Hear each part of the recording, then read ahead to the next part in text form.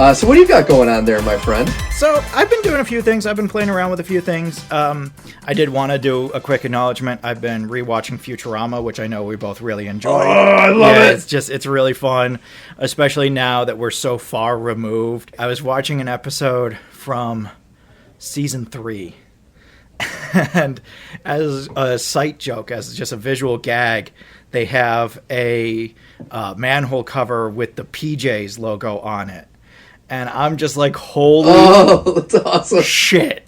Holy shit. And I did the math, and I was like, oh my God, this show came out pre-9/11. Oh, it's entirely possible that this episode came out pre-9/11. Like, that's how long ago the early seasons of Futurama were. And God, I love that show. I never would have thought that one of the weird things that I'm grateful to see that I don't see that often anymore is just something like Bender smoking a cigar. Yes. Like, that's something that we just don't see that much in cartoons, including Futurama. Futurama has also moved away from some of those tobacco ideologies that were a part of Bender's character. Now he just steals booze instead of really expensive cigars. Mm-hmm. And it's just like, but I love that show. It's so full of nostalgia for me that I can't separate the two. The resilience of Futurama is something that should be studied. Oh, yeah. The fact that it just doesn't go away, it never goes away. Someone always is like, but like, it's pretty cheap and it makes money, so like, we could try it, right? Yeah. We could try it. What are we going to lose? Let's just try it. And they were genius. Let's do 10 episodes. 10 episodes, quick episodes. When the first run went off the air and they made those animated movies, those were amazing. And that's what brought the interest back. This is what I'm talking about. But the movies were so good. I love every one of them. Exactly. When I watched Bender's Big Score, I was like, oh shit, this is what they can do. Yeah. Without these, Fox, peeking in and being like, well, you can't do that. And all these other things. It's like, okay, well, fuck it. We're going to get rid of all the rules. We're going to tear the limiters off. We're going to see what we can do. And Bender's Big Score is so good. It's so good. And, like, all of them are good. Some of them are of median quality, but I like all of them to some degree. Yeah. And I think all of them are really fun on some level. I really love the last one. I really love just like it, because it's the way that these movies work is that it's not just, what is it? It's like 4 episodes. It's 2 hours, so it's like 4 episodes of Futurama, basically. It essentially just like takes a bunch of storylines and expands them out to a 4-episode arc. But they're still stupid Futurama storylines. So it's so like Fry gets hit in the head with a thing, and it makes it so that now he has psychic powers, so he has to wear a tinfoil hat everywhere he goes. Meanwhile, Leela's doing this thing where she's an environmentalist on Mars. Meanwhile, the professor is signing over land to Amy's parents on a cheap deal so that they can make a golf course. Meanwhile, Amy is also trying to be a golfer, but her dad doesn't want her to be. Meanwhile, and it's just like all of these things are going on, and they all at some point come back together. And that moment when it all ties back together is always just like, I just love it every time. I can't get over it. It's so good. It's so great. And here's a take that might get me banned from nerd standings. I honestly prefer Futurama over The Simpsons.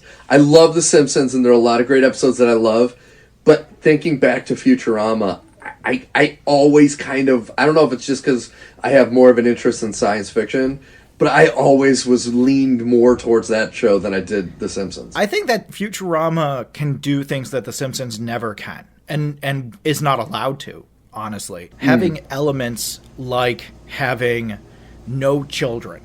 There's no kids. We don't have to go to school and go to class and deal with mean bullies and stuff. There's no kids. There's just a bunch of coworkers getting into shenanigans, and sometimes there are kids, and sometimes there are bullies, and sometimes stuff is like high school, but it's always as a bit, and it's never like a coming-of-age type thing. There is coming-of-age stuff in there because it's honestly one of the most heartfelt shows I've ever seen in my life. But like, oh yeah, the one with the dog. Oh my god! But then on top of it, you have stuff like the math jokes, the innumerable, endless math jokes throughout the entire thing. Simple things, dumb things, like when they're running away in the very first Bender episode. wanting to have sex with every vending machine that he walks by. Well, just like this idea that in the very first episode of the show, Bender and Fry are running along trying to hide from Leela. And Bender says, we'll hide in the Head Museum. It's free on Tuesdays. And if you look at the year 3000, the day, January 1st, is a Tuesday because they did the math and they found out what day it's going to be. That's awesome. And there's stuff like that everywhere. There's one of those classic body swap episodes in the newer seasons where they're like, quirky body swap stuff. But the bit is that there is a significant, very real math problem at the center of the episode. And it keeps on coming up, and they keep on having to bring in smarter and smarter characters to solve this math problem. And, I remember when that episode came out, mathematicians came out, and they were like, no, you guys don't understand how incredibly smart this is. This is like grad school level calculus. Like, this is so smart. And nobody is giving them the time of day because they're just like, oh, it's a silly body swap episode. Like, that's Futurama, is that you have like a lot of shit and piss jokes, a lot of vomiting, a lot of people's butts, a lot of old people doing things that you don't want to see old people do, and then also extremely complicated math and some of the most heartfelt, emotional moments you've ever seen on a television show.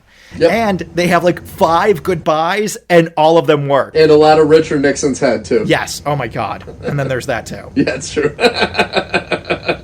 No, I love it. I love it. That's awesome that you're rewatching it. I definitely want to go back. I have not seen... I think I've only seen one episode of the new seasons that are on Hulu. I definitely got to watch those. The first season on Hulu I watched. It was okay. It was okay. Okay. The problem is that because Futurama has ended so many times, they've had some really banger endings, and the one that they had when they got canceled by Comedy Central is actually, like, I think the way that the series should end. It has, like, this incredibly emotional ending, and you just are left kind of being like, yeah, that's the way the story should end. That's where we should end up. And then Hulu starts it again. Is that the one where Leela and Fry grow old together? Yeah, they get stuck in between time.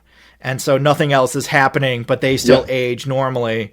And they just live their lives quietly in this world where no one else can move. But, like, again, because it's Futurama, when Hulu restarts the series, they still find a way to explain everything that happened and why that's all still canon and that all still happened. Which is awesome. But we're also going to continue moving forward with the story. So, like, they do things like in season 3, Amy and her boyfriend get pregnant. And her boyfriend gives birth to a clutch of eggs because her boyfriend is an amphibian man. Oh, yes, that's right. For the Hulu season, there's an episode where it's been 20 years, like Amy says, and the kids are coming out of the pond, and we meet Amy and Kif's kids because they've had time to gestate in the pond.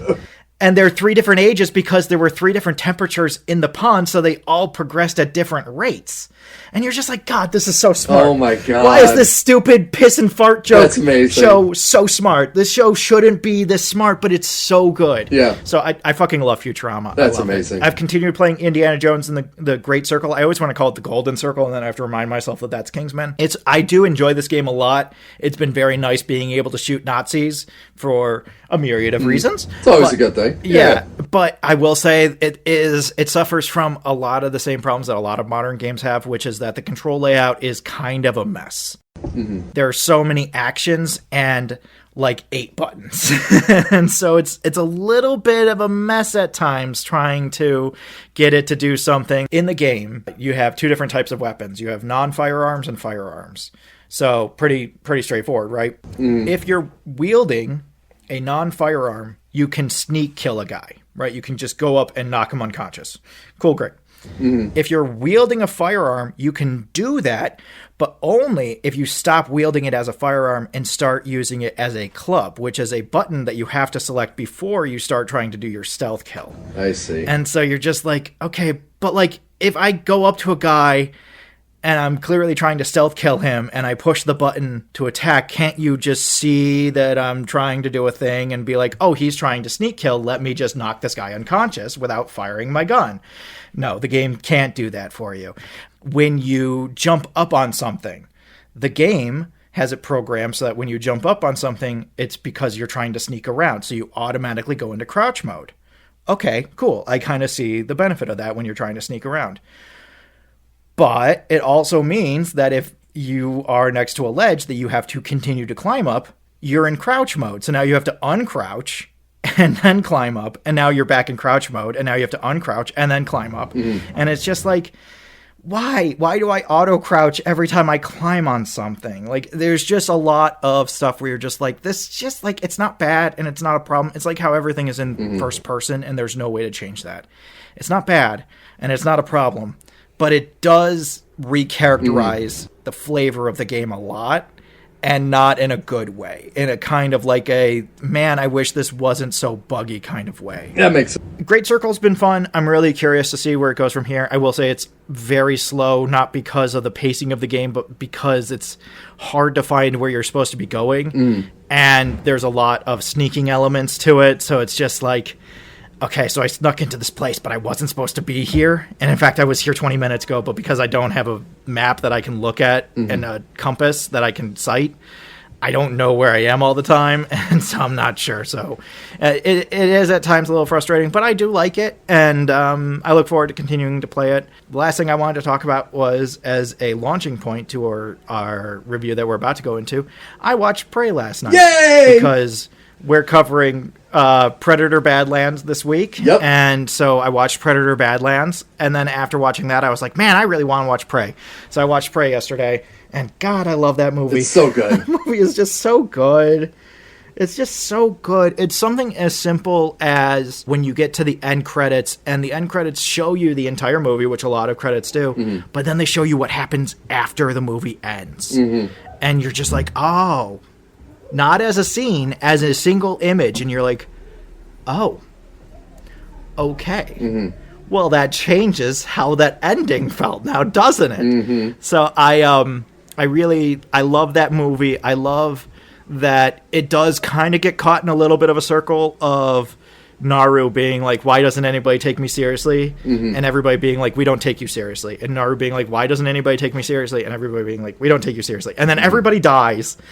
And Naru is responsible for saving anybody who's left. So now they better take her serious because they're all dead. Yeah. So it's just like, once everybody dies and there's no more like, you're full of shit, Naru. You don't know about anything. You're a woman. You can't do it. Once we get past that point, the movie really kicks. But like, I really love that movie. I love how quiet it is, how it just allows these long periods of silence, and just, God, I just love that movie so much. Amber Midthunder is so good in it. And you just like, you see so many different facets of this life that she's in, and the sordid history, shall we say, of the American Southwest.